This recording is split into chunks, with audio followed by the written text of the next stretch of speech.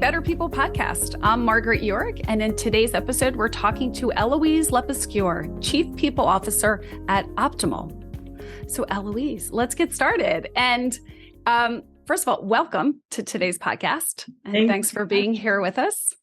I always love to ask our guests to in a way, introduce themselves, but do it in a way that shares what you think would be most helpful for our listeners. And you know, our listeners are the HR professionals.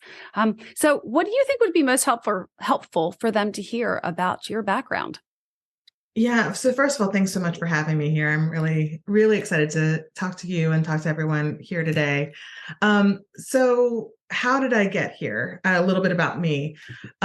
So right now, my title is Chief People Officer with Optimal.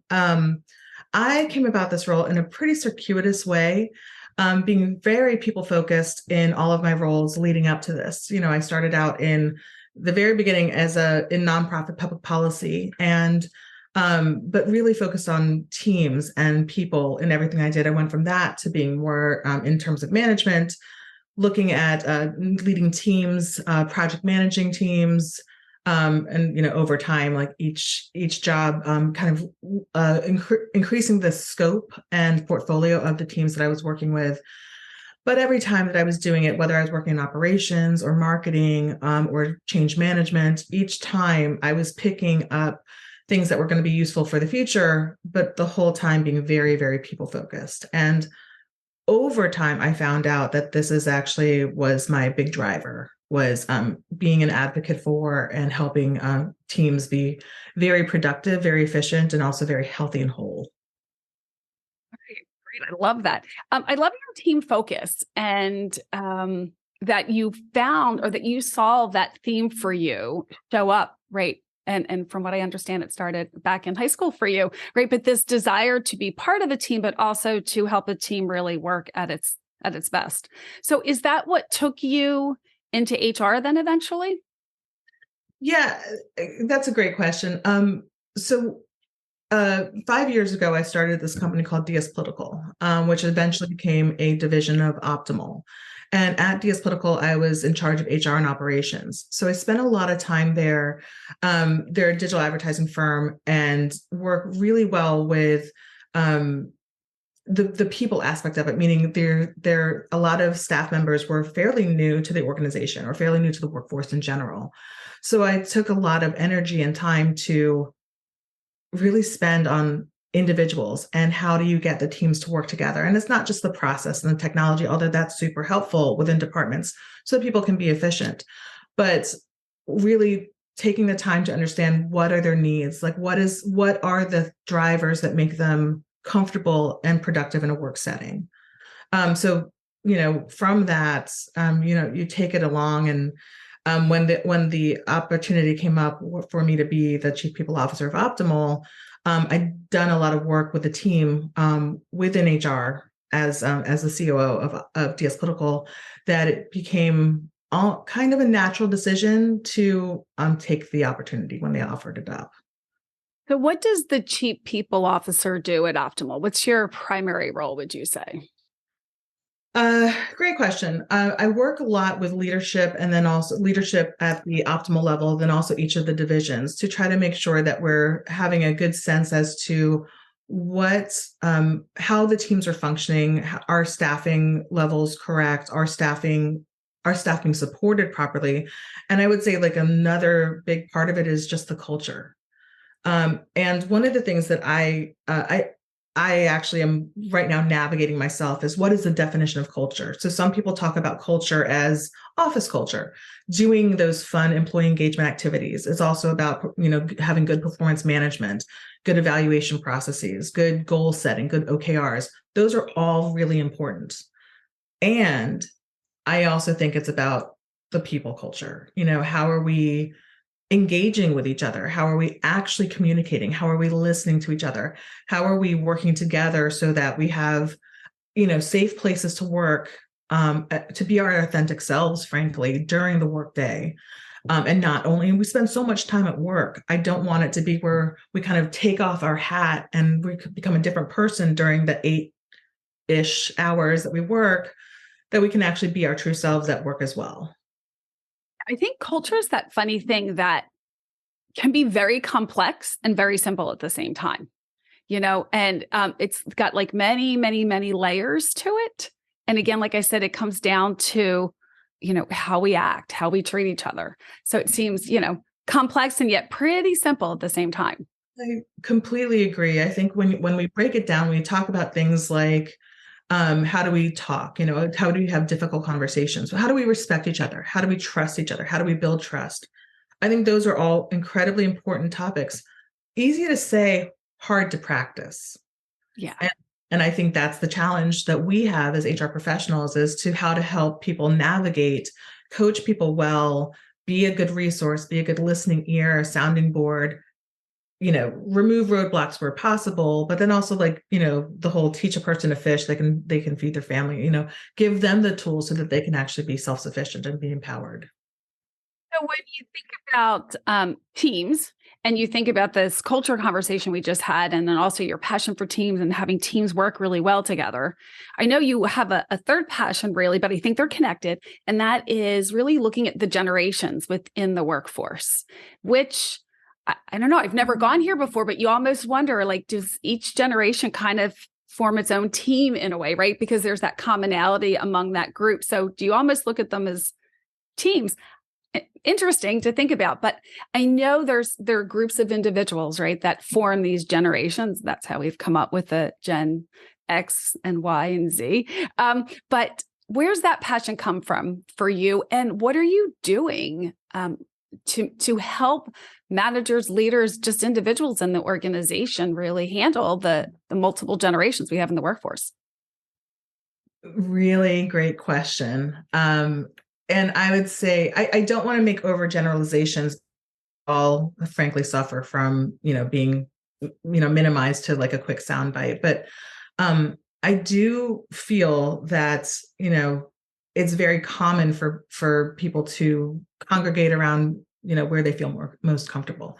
So if you're newer to an organization, you would congregate around, those who are newly hired. If you've been there for a while, so on and so forth. In terms of so I'm not sure if I'm quite answering your question, but I'll see if I can get there. One of the things that I observed when I started at DS Political 5 years ago is it was the first time that I'd had where I was the oldest person in the room. I was used to being the wonderkin, who is, the youngest, the only woman in the room, the only person of color in the room. And that had its own challenges. If somebody was asking like someone to take notes, they would just turn their heads and look at me. I'm like, I guess I'm doing that. Yep. Like I'm taking the notes. That's, by the way, feeds into some of these generational differences is understanding. So that shift that I experienced, which was, I was now dealing with people that they were looking to me to be the leader. Obviously, you have a title, but, for me to be the leader. And then also to understand the differences between their experience and mine. I started my career 20 plus years ago. I'm a Gen Xer. And so when I talk about my experience, I have a lot of anecdotes of, you just work hard and you just get things done.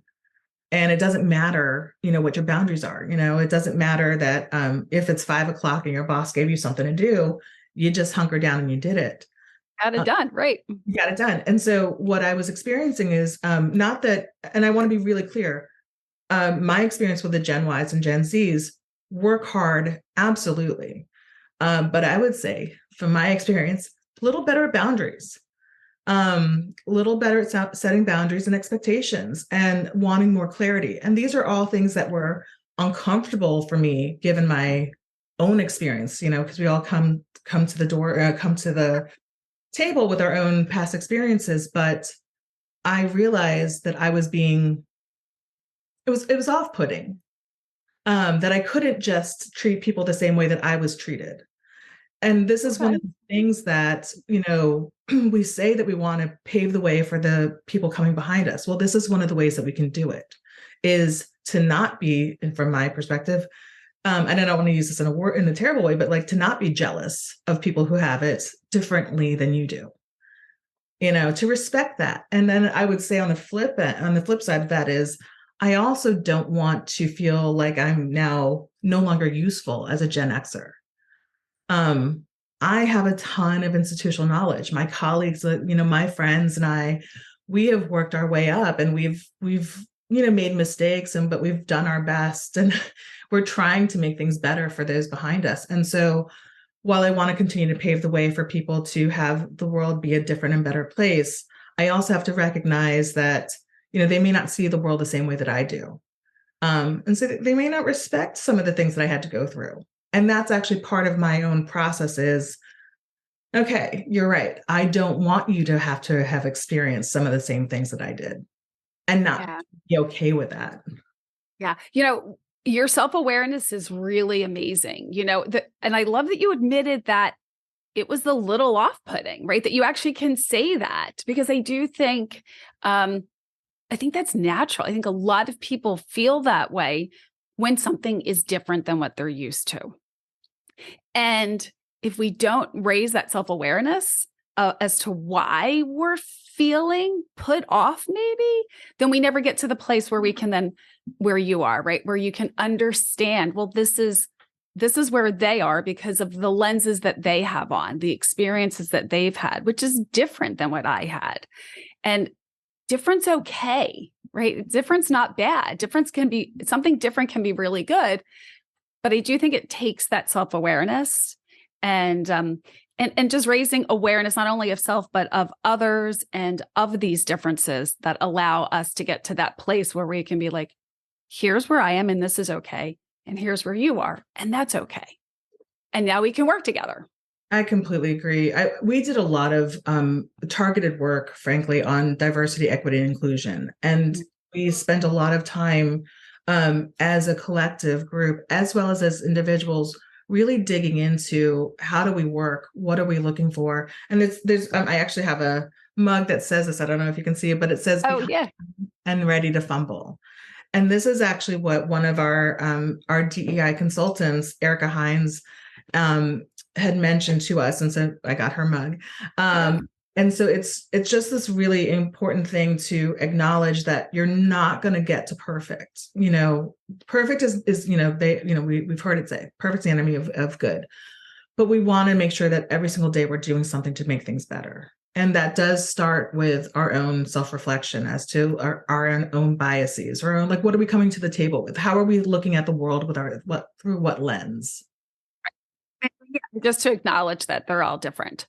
So this leads me to another topic that I wanted to talk to you about that I also know you're very passionate with, but I think it's connected. And that self-awareness that you have around the generational differences and just differences in general, right? With the people on your team, the people that you're responsible for.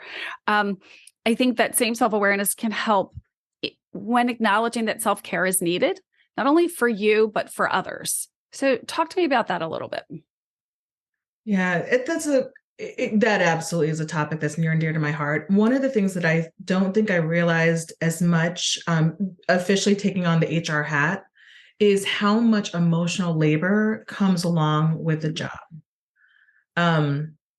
Anyone who is, in a position of leadership or management, you're going to have additional pressure and stress, and that I get that. And then there's the added layer of being the HR professional.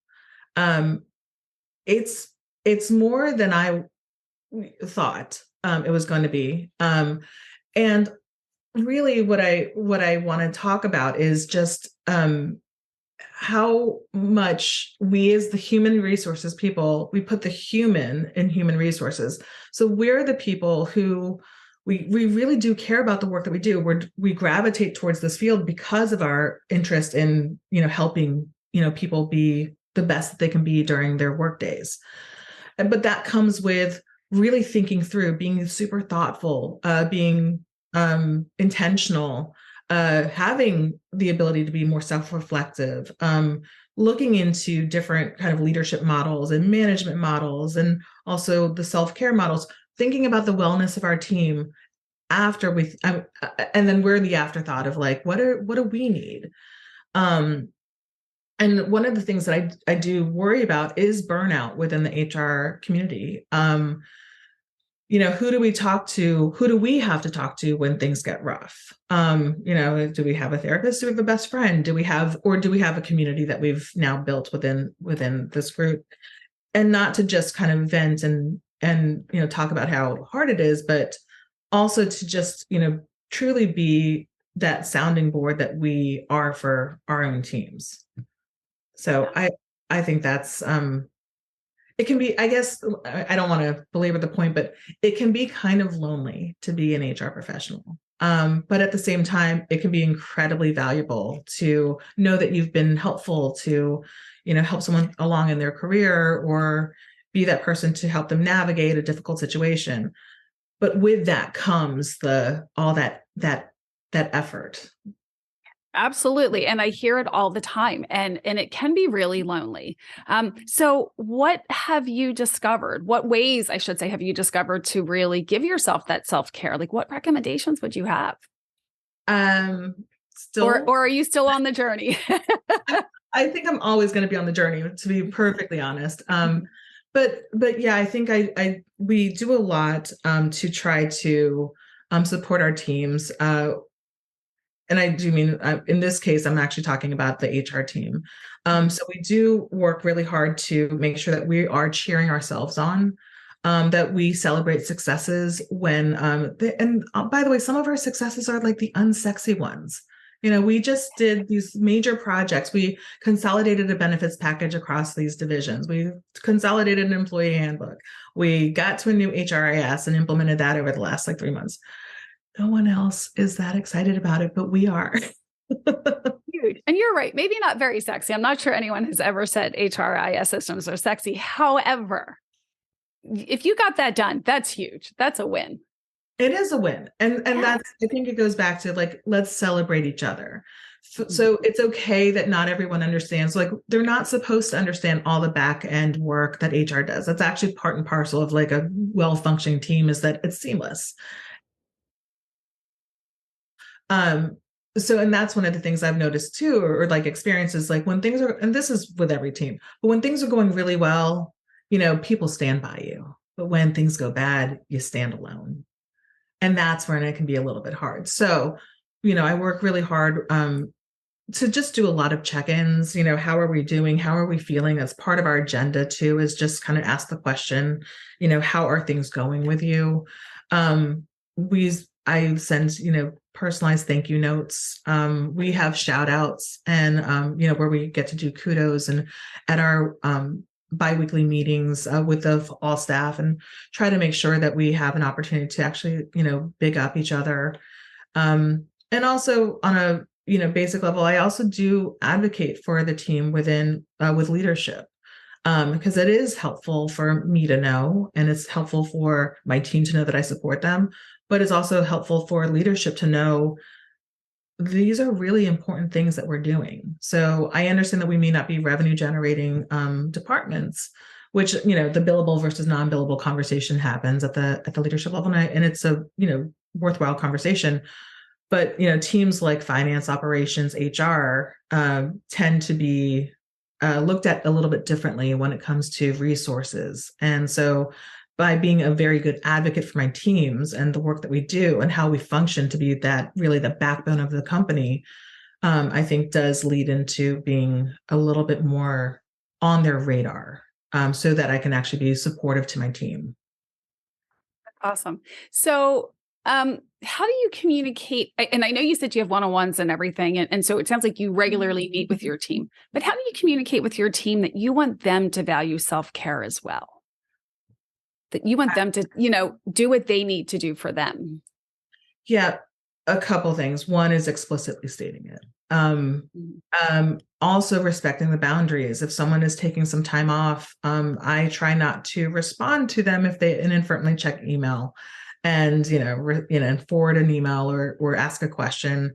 Also encouraging people to take the time off. If it's, if we know that we're busy, and thank you for being there. But if we hit that lull, that kind of calm before the next storm, absolutely, we should all be taking the time for ourselves. Also, during the height of COVID, the company at the time had what we called mental health days. And so we would encourage people, this is across the entire team, but we would encourage people to take those, if you just need that break. And that was something that we did push hard to utilize at the HR level as well. So, but I do think, it's also the breaks, right? It's standing up and taking a walk after for your lunch break. It also, one of the things that I would love more of us to do is remember before COVID that we actually had conference calls. Because what happened during COVID is that we all got tied to our video calls, and we got tied. So the first time in my career, I got shackled to a desk.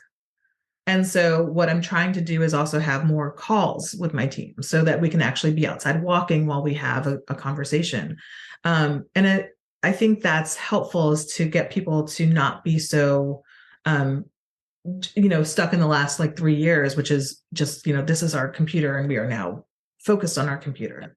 Yep. This is where we have to stay. Yeah. I love walking meetings, and I think that's great. And I had a feeling you were going to say that you did that. And if not, I was going to ask you, because I think they can be huge. And, walking does some great things for your brain chemistry. So to be able to walk and have a meeting at the same time, I think can be really productive.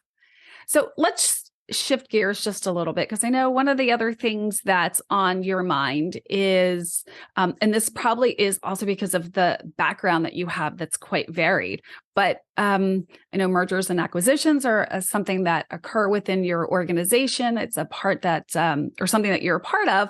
And so really for you, it's understanding what's the role that HR plays in M&A. So talk to us about that a little bit. Yeah. So as I mentioned before, the company that I was with before was acquired about, I believe, almost 2 years ago now, if my math is right. But not about 6 months ago, another company was acquired, and these companies that are acquired become divisions within Optimal.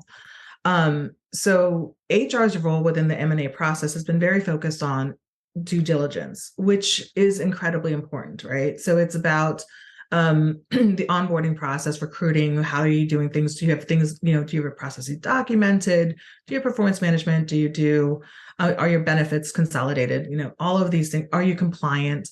And these are all incredibly necessary things for us to get and understand the lay of the land, so that we know what we're dealing with as we acquire a company. So without question, that needs to happen, because at the end of the day, it's going to be HR's role to take on the newly acquired firm anyway, and the team members. So we have to know that. My one caveat is, I really do want people to go deeper when we're talking about M&A. And really, going back to people, what is the culture of the people of the company that you're acquiring or taking a look at?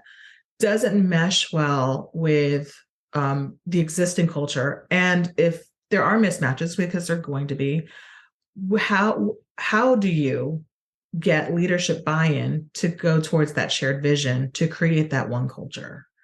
And I think that's a challenge. I think that's something that people aspire to with M&A, and people say things like they know that it starts and stops with the people. But again, what we say and putting into practice is quite different and difficult to do. Are you suggesting, when you said go deeper, are you saying during the due diligence phase to go deeper, and instead of just looking at employee files and seeing what's there, actually then, going deeper into what is the culture? How do people feel about working here? Those types of things? I'd love that. I don't know that I do recognize that that's difficult in practice, because when you're going through the M&A process, the due diligence process, oftentimes you're not ready to announce that to the team. Yeah. So that's where the challenge lies. So great if the team or the company's already been doing, for example, employee satisfaction surveys or ENPS scores and things like that. Fantastic if that's already happening. If that's not, hopefully, the leadership can bubble up honestly some concerns about what the culture fit or mismatches might be, so that you can get ahead of them. So I think that's a fair question, because in truth, that's probably not the time that you're going to be able to do that deeper dive. But hopefully, if it's not during the due diligence process, which probably it isn't, hopefully it's step number one, two, three once the acquisition is finalized. So it's a priority. Once you, like you said, once it's been finalized, that this is up there with the other like top priorities. I that's what I'd like to see. I think that people default, and this is, I'm no different. I think people default to what they're comfortable with. And so when you talk about building a process or implementing a new technology, I like process. I have a PMP, a project management professional certificate. I like to see the efficiency of lots of things. And if you leave me alone, I will look at a problem and I will actually like come up with a process and a policy that's associated with it. And that's helpful. But I think really it goes down to, again, like that priority that you're talking about. What are the teams saying? What are the teams experiencing? What are our frontline people, boots on the ground? What are they experiencing during this challenge, this change? And people fear what they don't know. People fear uncertainty. People fear loss of what they are used to and what they are now experts in. And when you shift that around, and this goes to the whole change management curve of like, from the start of it to getting to buy-in and adoption, being cognizant of that change curve and really working it through so that you can actually have people truly understand the value proposition, and that you're not trying to make things so that their lives are difficult. You are actually trying to make things better and more efficient. Or you were worried about resources before, but this now you have a new team that, yes, we're going to have to figure out how we all work together, that whole storming, forming, norming, and performing. But once we get through this kind of churn, we can get there together. So I think there's a lot to be said for being very cognizant of how important listening is, and really listening, and then acting on what you hear. What I'm hearing from you is that really ideally, and tell me if I'm wrong, but that your ideal would be that during an M&A process, that huge focus is kept on the people throughout the process. I mean, the world according to Eloise. Yeah, exactly. Well, that sounds good to me as well. So, Eloise, what's next for you? What's the next big project that's on your list? You share that you've already accomplished a lot, you and your team. So, what's the next big thing you're working on? We did the consolidation efforts of the systems. So post M&A. What we're looking at now is for the rest of this year is really focusing on the consolidation of the actual employee lifecycle processes. So our onboarding, offboarding, our performance management, and our recruiting processes. Those are three of the areas that we're focusing on for this year. And I'm also, sorry, one more is culture. And, how do we tackle that? Because here's the other thing too, is with M&A, the way that Optimal is structured, we've got our Optimal organization at the top, but then we've got the three divisions. So how do we respect the cultures, the legacy cultures of each division, while also forming what is the one Optimal? And I think that's a challenge, but I think people are on board for what the future holds. And so is it we're starting to do employee engagement surveys. That'll be one of our first bits for the first quarter. So I think kind of going back to what I was saying before, a lot of listening, so putting some functional foundational elements in place, like the processes, but also doing a lot of listening so that we can be responsive to the needs of our team, so that they can tell us, we're doing things right in this area, but we're really feeling like we weren't heard in this other area. So let's spend more time there. So what does more listening look like? Are you going to do focus groups? Are you going to make a point of having just certain conversations? What does it look like? Yeah, that's a great question. So I think we're going to start first with the engagement survey. That'll be, a good first hit. From that, I think I'd like to do deeper dives. One of the things that whenever I come into a new role, and this is also when my role was announced across the organization, I hold what I call listening sessions with the leadership of the division. So it's an opportunity for me to actually hear from whoever they identify for me. I don't want to identify. I want them to tell me, like, you should talk to so and so. So title agnostic. Someone could have been there for 10 years and know the lay of the land, and not be this SVP that heads up a division or department. So listening sessions. We also have a C-suite one-on-ones where we actually, one of the divisions, the political division, actually meets with a member of the C-suite. So every single person on staff gets to have time with a member of C-suite every quarter. And so that gives an opportunity for anyone to actually have, like, tell me what's on your mind. Tell me what you think we're doing well, what you think we could be doing better, or also, like, what are roadblocks you're experiencing in your own career path or in your own work. So there's a lot of opportunities for us to gather information. And then I think one of the things that we really were trying hard to be cognizant of, or try to really, sorry, I'm not coming up with a word here, to try to be intentional about, is documenting what we heard. So we want to document what we heard. We want to report out on what we've heard, and then we want to share the progress that we're making on actionable next steps. Because I think what can happen is a lot of people get feedback. As a team member, I'm asked, here's a survey. Okay, great. And then nothing. And then you feel like nothing happens. It goes into the void. So ensuring that we hold ourselves accountable as leaders to our team members, so that they know that A, we heard them, and B, we care, and C, we're doing something about what we heard. Yeah, I think that's so key. I mean, if you want to get that continued feedback, which I'm sure you do, right? You want this to be something that you do now regularly with the engagement surveys and the conversations. But if, like you said, if people think that what they're sharing is just going into the void or a void somewhere, they're going to stop putting effort into providing that feedback for you. So, letting them know you've heard them. And I think what's, listening to you, and I know so many of our listeners are in the same situation, right? They want the feedback.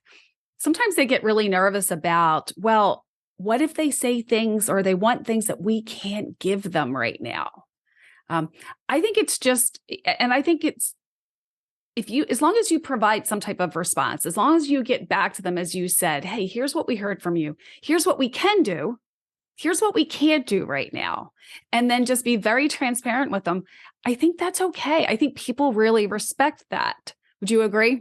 I absolutely agree with you. And I think that's such a good point, is there's a lot of, like, all feedback is good feedback, right? But that doesn't mean that we can act on everything. And that's one of the things that we work towards as a leadership team, with our consumer division, with our direct response division, with our political division.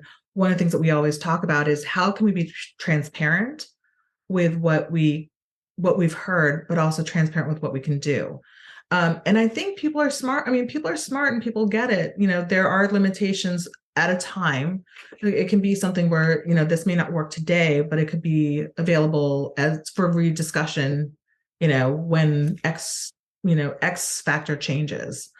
But I think being transparent, I love that you said that, is so critical.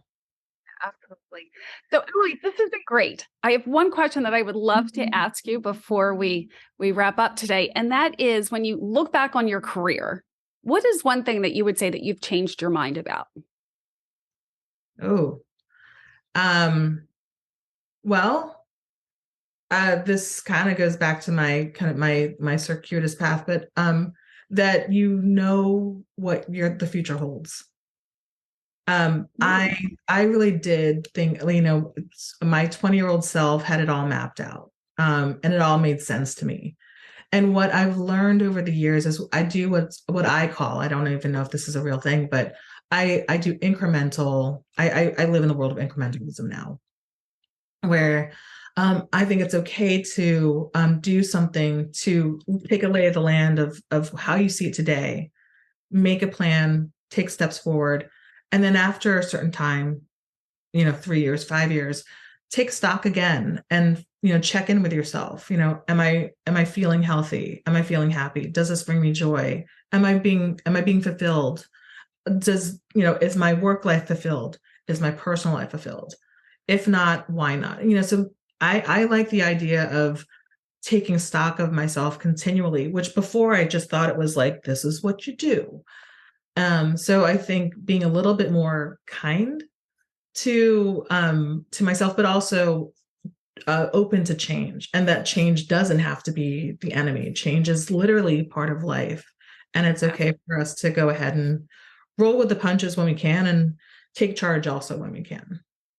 That's great. You literally just took us full circle, because what I'm hearing from you is it's more of that self-awareness, right? You check in with yourself. Is this still the right path for me? Am I still heading in the right direction? Am I still doing the things that, like you said, bring me joy, which I think is a wonderful question. And we should be asking ourselves that on a regular basis. And if not, adjusting, right? Make those adjustments. And that's, to your point, change can be a really good thing. So thank you so much for your time today. I loved our conversation around self-care, around team, around culture, and the interesting role that HR can play in M&As. So Eloise, thank you so much. Thank you so much. Thank you for listening. We hope you got a ton of value out of this episode. Before we go, we want to thank the sponsor of our show, the Mid-Atlantic Employers Association, more commonly referred to as MEA. MEA provides human resources services to hundreds of businesses across numerous industries every day, bridging gaps that restrain innovation and growth. If you need support around people issues, reach out to meainfo.org. Better people, better outcomes.